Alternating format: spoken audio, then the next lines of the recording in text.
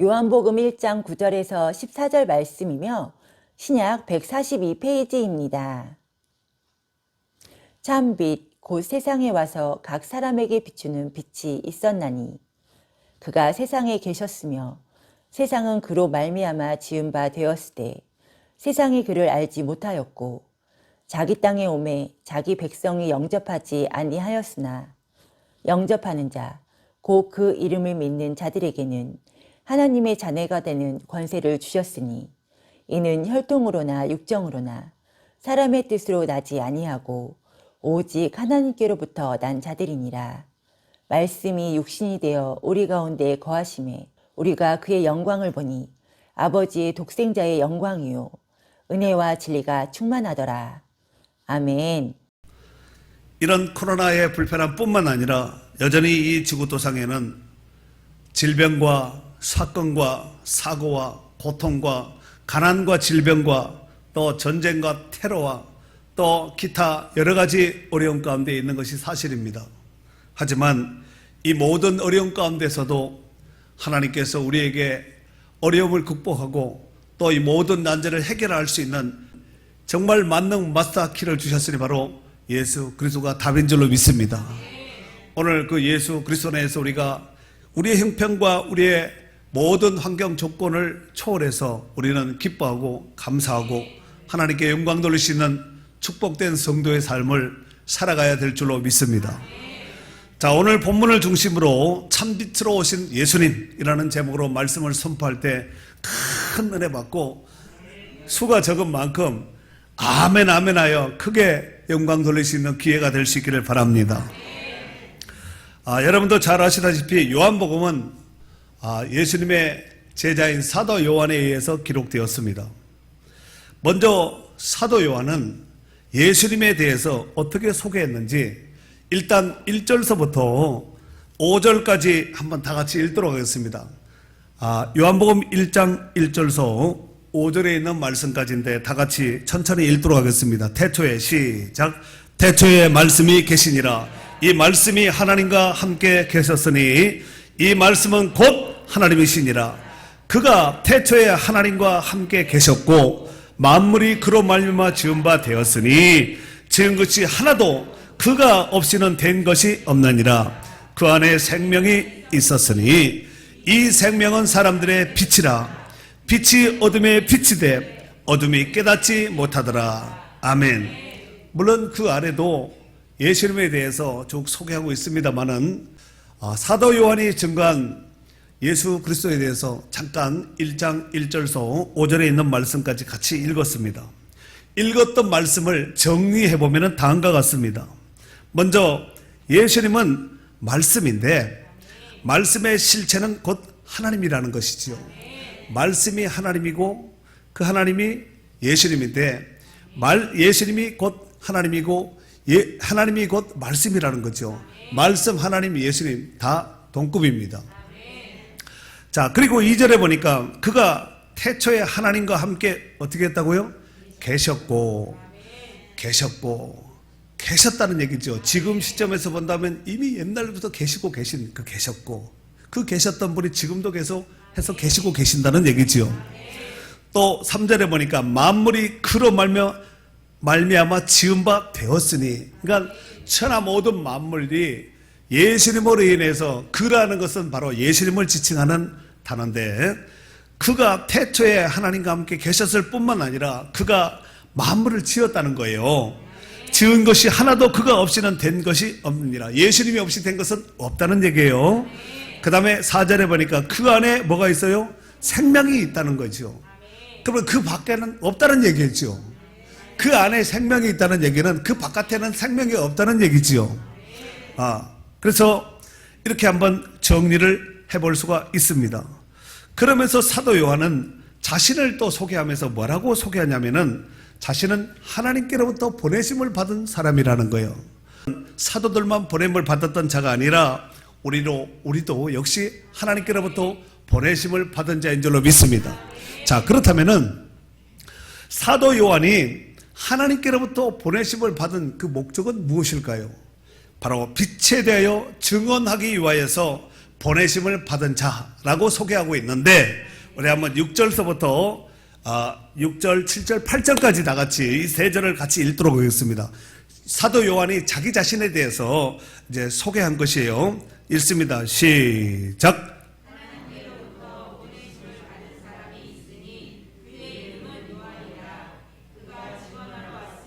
빛에 대하여 증언하고 모든 사람이 자기로 말미암아 믿게 하려 함이라. 그는 이 빛이 아니요 이 빛에 대하여 증언하러 온 자라. 그렇습니다. 그렇다면 그 빛이란 어떤 빛일까요? 빛에 대해서 증언하러 왔다 그러는데 그 빛은 바로 9절 10절입니다. 이제 오늘 메인 본문에 들어갔어요. 읽습니다. 시작. 참빛 곧 세상에 와서 각 사람에게 비치는 빛이 있었나니 그가 세상에 계셨으며 세상은 그로 말미암아 지은 바 되었으되 세상이 그를 알지 못하였고. 아멘. 여기 보니까 예수님을 일컬어서 무슨 빛이라고 말하고 있죠? 참빛이라고 말하고 있습니다. 이 빛이라는 말은 헬라어로 포스라는 단어를 씁니다. 이것은 라이트, 그러니까 이런 빛을 얘기하는 것이고, 광채, 광휘, 바로 이 빛이라는 얘기죠. 광휘, 그 다음에 햇빛, 횃불, 불빛, 그러니까 일반적인 빛에 대해서 드러난 빛에 대한 모든 총체된 것을 포스라는 단어를 씁니다. 그런데 예수님은 그냥 빛이 아니라 참빛이라고 말하고 있지요. 이 참이라는 것은 알레티노스라는 단어를 쓰는데 이게 뜻이 뭐냐면은 성실한, 진실한, 참된, 올바른, 의로운, 정직한, 신뢰할 수 있는, 믿을 수 있는 이런 뜻을 가지고 있습니다. 교통정리하면은 예수님은 참빛인데 예수님은 신실한 그 빛 자체라는 거지요. 신뢰할 만한 그 빛 자체고 믿을 수 있는 그 빛 자체고 정직한 의로운 그 빛 자체라는 말씀입니다. 사도 요한은 예수님에 대해서 어둠과 죄악을 완전히 청산하시는 완전하고 올바르고 참되고 신실한 참빛이라고 소개하고 있습니다. 요한복음 8장 12절에 보면은 예수님께서 이런 말씀을 하시죠. 나는 세상의 빛이니 나를 따르는 자는 어둠에 다니지 아니하고 생명의 빛을 얻으리라 그랬습니다. 또 구약 성경에 다윗은 시편 27편 1절에 보면은 여호와는 나의 빛이라고 이렇게 말하고 있습니다. 여호와는 나의 빛이요 나의 구원이시니 그랬습니다. 사랑하는 성도 여러분, 오늘은 성탄절입니다. 성탄절이란 예수님께서 이 땅에 태어나신 날이죠. 성탄, 태어났다는 얘기죠. 아니, 좀 더 정확하게 말하면 예수님이 오신 날이라고 하면 더 정확합니다. 예수님이 태어난 날이라기보다는 예수님이 오신 날이라고 하면 더 성경적으로 정확한 날이라는 것이지요. 왜냐하면 태어났다는 것은 예수님이 이 땅에 오셔서 이 땅에 몸을 입고 오셔서 이제 본격적인 사역을 시작했다 하는 시작이라는 뉘앙스가 큽니다. 시작, 태어났다. 이제 응애하고 태어났다. 이제부터 시작되었다. 이런 의미를 가지고 있는데 예수님은 이 땅에 태어나기 전, 출생하기 전서부터 이미 있었던 분이에요. 그분이 오신 것이에요. 이 땅에 태어나서 그때서부터 시작한 것이 아니라 이미 예수님은 영원 전부터 계셨던 하나님의 존재거든요. 그러니까 그분이 오셨다고 하는 것이 어쩌면은 성경적으로 더 근접한 이런 해석이 되지 않겠나 싶습니다. 그래서 2절 말씀에 보면은 그가 태초에 하나님과 함께 계셨다 그랬잖아요. 이 땅에 태어나서 처음 시작하신 예수님이 아니라 이미 그분이 영원전서부터 계셨던 분인데 계셨고 그 땅에 이미 2절에 계셨다 그랬죠. 그리고 14절에 보면은 말씀이 육신이 되어 우리 가운데 거하셨다고 이렇게 말씀하고 있습니다. 아까 1절에 말씀이 계셨다 그랬지요. 이 말씀은 곧 하나님이라 그러지 않았습니까? 그 하나님 되신 말씀이 육신을 입고 오신 분이 예수님이에요. 그러니까 태어났다라는 이런 개념보다는 이 땅에 오셨다. 중요한 것은 예수님이 이 땅에 오심은 분명한 목적을 가지고 오셨다는 거예요. 예수님이 이 땅에 오신 궁극적인 목적은 무엇일까요? 바로 죄 문제를 해결하기 위해서 이 땅에 오셨다는 사실입니다. 만약 우리 인생들에게 병고침, 아픔 이런 문제를 해결하기 위해서 오셨다면 예수님은 치료자로 모든 병을 고칠 수 있는 의사로 오셔야 됩니다. 그리고 만일 우리에게 돈이 만약에 필요한 경제적인 문제를 해결하기 위해서 만약에 이 땅에 오셨다면 그는 최고의 경영자 CEO로 오셔야만 됩니다.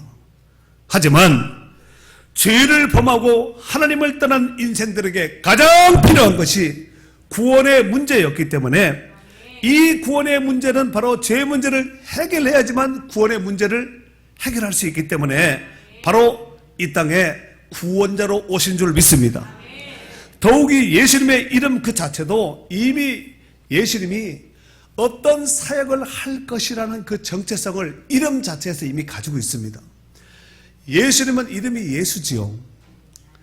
예수고 직분은 그리스도입니다. 그러니까 예수는 그리스도, 다시 말해서 이 직분이 무슨 직분이냐면은 메시아, 기름 부음을 받은 자라는 뜻을 가지고 있습니다. 자, 그렇다면은 그 이름 가운데 이미 이 땅에 오신 예수님의 목적, 그 정체성이 들어있다고 했는데, 이를테면 마태복음 1장 21절에 보면은 아들을 낳으리니 이름을 예수라 하라. 이는 그가 자기 백성을 그들의 죄에서 구원할 자이심이라 그랬습니다. 예수라는 그 이름 자체가 구원자라는 뜻입니다. 자기 백성, 여러분 모든 백성이 아니지요. 성경에 보니까 모든 백성이 아닙니다. 자기 백성이라고 이렇게 말씀하고 있습니다. 자기 백성을 그들의 죄에서 구원할 자이심이라 라고 말씀하고 있습니다.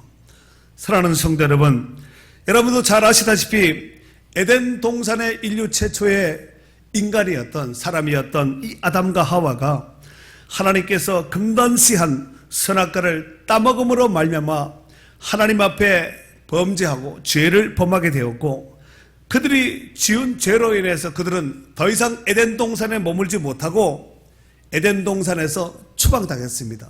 이 에덴이라는 그 뜻은 기쁨이라는 뜻이거든요.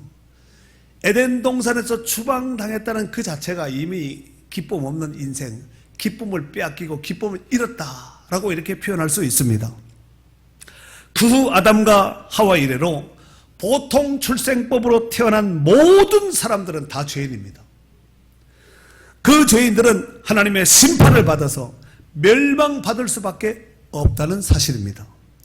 그로 인해서 이 땅의 인간들이 이 문제를 해결하고자 철학도 만들고 과학도 만들고, 그렇지요, 도덕적 성결도 나름대로 깨끗하게 성결하게 살아보지만 이 죄 문제를 해결할 수 없고 도리어 하나님의 심판 중에 멸망으로 달려갈 수밖에 없었다는 사실입니다.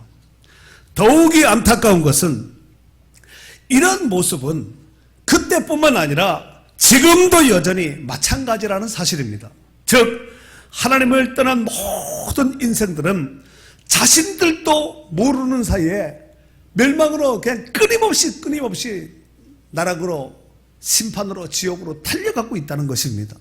그런데 사람들은 그것도 모르고 그냥 열심히 사는 거예요. 열심히. 참으로 답답하고 안타까운 일이 아닐 수가 없습니다. 결국 멸망으로 달려갈 수밖에 없는 이 인생들의 죄 문제를 해결하기 위해서 하나님께서 사용하신 특단의 방법이 바로 독생자를 보내시는 방법이었습니다. 그래서 여러분 잘 아시는 바와 같이 요한복음 3장 16절 잘 아시지요? 한번 해봐요. 시작. 하나님이 세상을 이처럼 사랑하사 독생자를 주셨으니 이는 그를 믿는 자마다 멸망하지 않고 영생을 얻게 하려 하심이라 그랬습니다. 여러분, 그렇다면 하나님은 왜 이 방법을, 독생자를 보내어서 그 아들을 죽이기까지 하면서 이 죄 문제를 그렇게 하나님이 처리를 하셨을까요? 로마서 8장 3절에 보면은 율법이 육신으로 말미암아 연약하여 할 수 없는 그것을 하나님은 하시나니 곧 죄로 말미암아 자기 아들을 죄 있는 육신의 모양으로 보내어 육신의 죄를 정하사 그랬습니다. 사람이 육신의 문제를 이 율법 아래 갇혀있는, 죄 아래 갇혀있는 이 인생들이 이 문제를 해결할 수 없으니까 곧 죄로 말미암아, 죄 때문에 자기 아들을 죄 있는 육신의 모양으로 보냈다는 거예요. 그래서 육신의 죄 문제를 담당케 하셨다는 사실입니다. 그렇다면 왜 하나님께서 독생자를 보내는데 왜 하필이면 육신으로 이렇게 보내셨을까요? 히브리서 9장 22절에 보면은 피 흘림이 없은 즉 사함이 없느니라 그랬습니다. 예수님이 오시기 전인 저는 구약시대라 그랬죠. 이 구약시대에는 죄 문제를 해결하기 위해서 어떻게 했냐면은 소, 양, 비둘기, 염소 이거밖에 안 되면 짐승은 딱 4가지입니다. 소, 양, 비둘기, 염소 기타 다른 것은 안 됩니다. 왜 안 되는가? 하나님이 정하신 동물이 아니기 때문에 그렇습니다. 왜 다른 이로서는 구원을 받을 수 없는가? 왜 석가모니는 안 되고 왜 공자는 안 되는가? 다른 종교를 탓하는 것이 아니라 하나님이 정해놓으신 구원자가 아니기 때문에 구원자가 안 된다는 얘기예요. 구약시대에 소, 양, 비둘기, 염소를 잡아서 죽여서 피를 흘려서 하나님 앞에 제물로 드렸습니다. 하지만 그런 방법은 영원한 속죄를 이룰 수가 없었습니다. 다만 장차 오실 예수 그리스도의 구원자의 예표요 그림자와 같았습니다. 로마서 3장 10절에 보면은 기록된 바 의인은 없나니 하나도 없다는 거예요.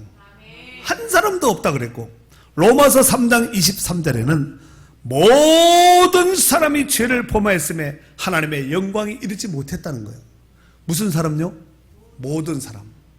아담 이래로 이 땅에 있는 모든 인생들 의인은 없나니 하나도 없고 모든 사람이 죄를 범함으로 인해서 하나님의 영광이 이르지 못했다고 이렇게 말씀하고 있습니다.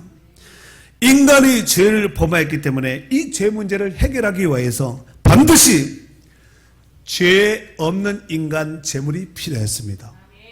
하지만 이 땅에선 죄 없는 인간이 한 사람도 없기에 다시 말해서 하나님 앞에 제물감이 없는 거예요.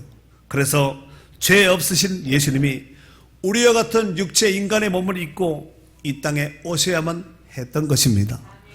그로 인해서 예수님은 남녀의 관계 속에서 출생한 방법이 아니라 동정녀의 몸을 빌려서 잉태하셔서 오셔야만 했다는 것입니다. 아까 하나님이 세상을 이처럼 사랑하사 독생자를 주셨다 그랬지요. 왜 주셨을까? 이는 그를 믿는 자마다 멸망하지 않고 영생을 얻게 하려 하심이라 그랬습니다. 멸망하지 않고 영생을 얻게 해서 독생자를 주셨는데 이미 사람들은 다 멸망으로 그냥 자기도 모르는 사이에 멸망으로 다 치라고 그냥 다 가는 거야. 우리도 만약에 예수님을 몰랐다면 하나님께서 깨우쳐지고 은혜 주시지 않았다. 우리도 다 그렇게 사는 거예요. 우리도 예외 없습니다. 똑같습니다. 그런데 그를 믿는 자는 멸망하지 않는다는 거예요. 멸망하지 않는 유일한 방법은 오직 예수 그리스도를 믿는 것밖에 없습니다. 사랑하는 성도 여러분, 오늘 본문의 사도 요한은 그 예수님께서 이 땅에 오셨는데 아까 14절에 말씀이 육신을 입고 이 땅에 오셨다 그랬죠. 인카네이션, 성육하신 겁니다. 그런데 사도 요한은 육신을 입고 오신 그 예수님에 대해서 뭐라고 소개하고 있냐면은 우리의 성경에 구절에 보니까 참 빛 곧 세상에 와서 각 사람에게 비치는 빛이라고 소개하고 있습니다. 그러니까 예수님은 자연광, 태양 같은 이런 빛이 아니라 참 빛으로 오셨다는 거예요. 신뢰할 만한, 믿을 만한, 신실한, 정직한, 옳은 그 생명의 빛으로 우리 가운데 오셨다는 사실입니다. 문제는 그분이 친히 만들었다 그랬죠. 그거 없이는 된 것이 없다 그랬습니다. 모든 것이 그분에 의해서 지음을 받았다는 거예요. 자, 그런데 자기가 친히 만든 이 세상에 오셨음에도 불구하고 사람들이 알아보질 못하는 거예요. 왜 알아보지 못했을까요? 아담이 범죄하기 전에는 하나님을 알아보고 하나님과의 소통이 잘 되고 잘 관계가 좋았습니다. 죄진 이후로 숨고 죄가 하나님과 인간 사이에 가려버리니까 혼미하게 하고 이러니까 못 보는 거죠. 알아보지 못하는 거야. 당시의 사람들이 예수님을 하나님께서 보내신 독생자, 구원자로 알아보지 못했다는 거예요. 그저 목수의 아들, 나사렛 출신. 사실 예수님은 나사렛 출신이 아니라 베들레헴 출신입니다. 예수님의 고향은 베들레헴이거든요. 어려서 자란 그 환경이 나사렛에서 자랐기 때문에 나사렛 사람이라고 하는 거지, 예수님은 원래 원본이 본적이 어디냐면 원적이 베들레헴이에요.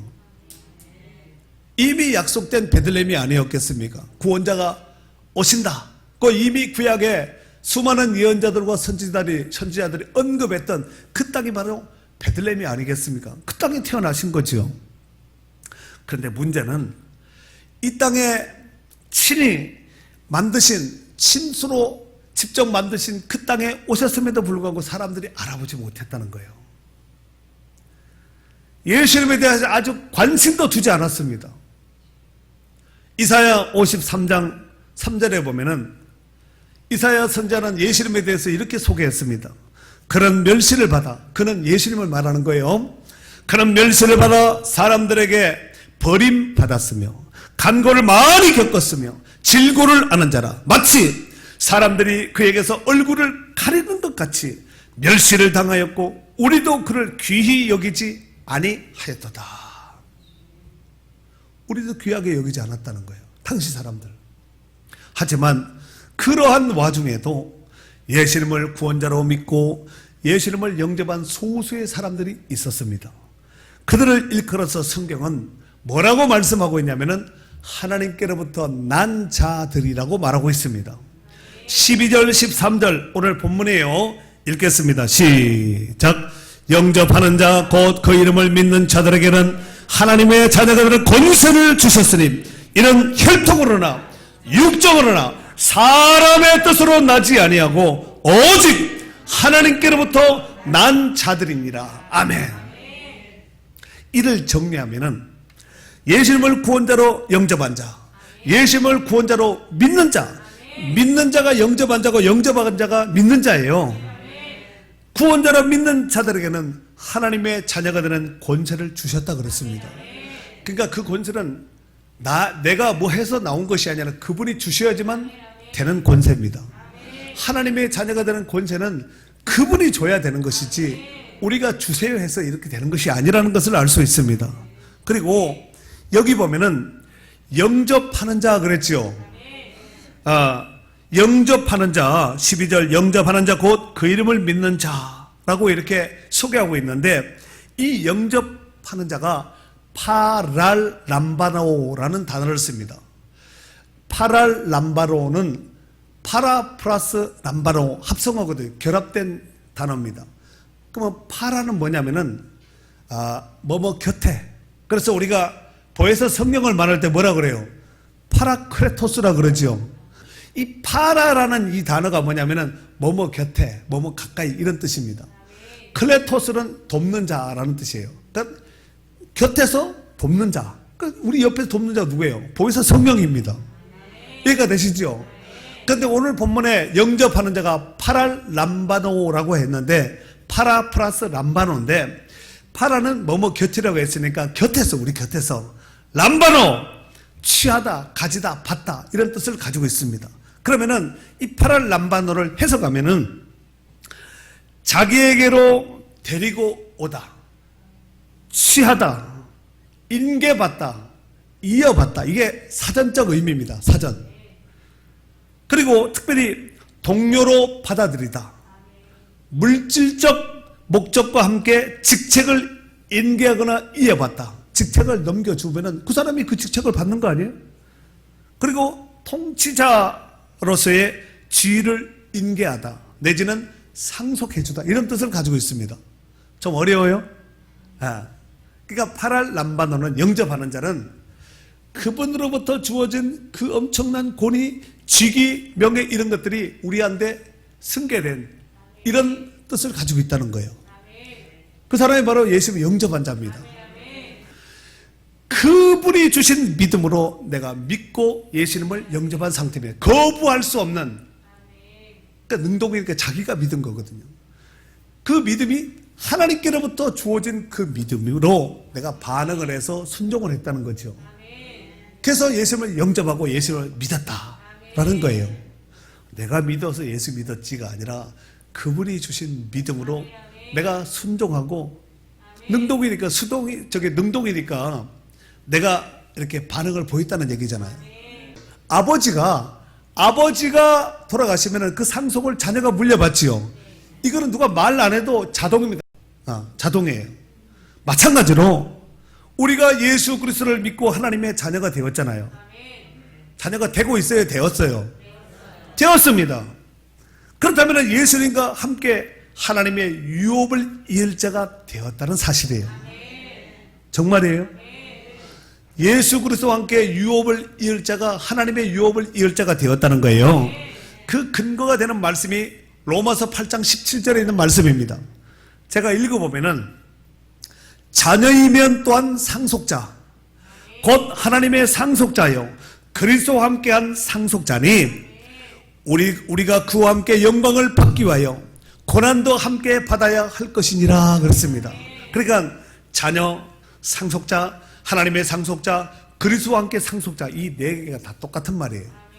자녀, 상속자, 하나님의 상속자, 그리스도와 함께한 상속자니 우리가 그와 함께 영광을 받게, 예수님과 함께 예수님 영광 받으셨습니까? 그렇듯이 예수님과 함께 영광을 받기 위하여 고난도 받는다는 거예요.